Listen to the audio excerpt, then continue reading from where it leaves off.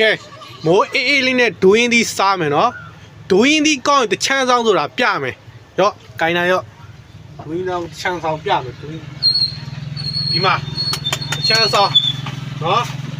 ဒီမှာချမ်းဆောင်တော့မမြင်ဒွင်းသီးကောင်းရင်တချမ်းဆောင်ဆိုတာလကားထားတာဟုတ်ကြည်လိုက်တော့ရတော့ရတာနဲ့ခွဲ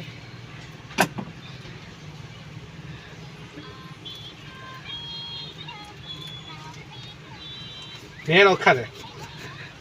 ချမ်းဆောင်လေးအဲ့လိုပဲ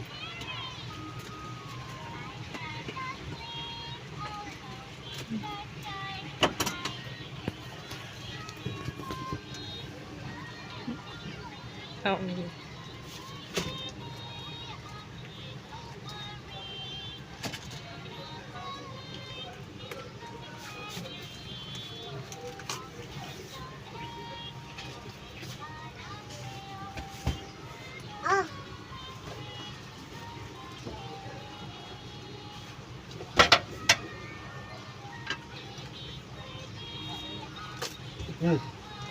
ဟမဟာလားတာကြီးပဲဒီမှာအစီတောင်မပါဘူးမှာအကြည့်တော့ကောင်းအစီတောင်ပေါင်းတော့ဒူးကြီးအဲ့လိုကောင်းလားတခြားဆောင်အဲ့လိုကောင်းလား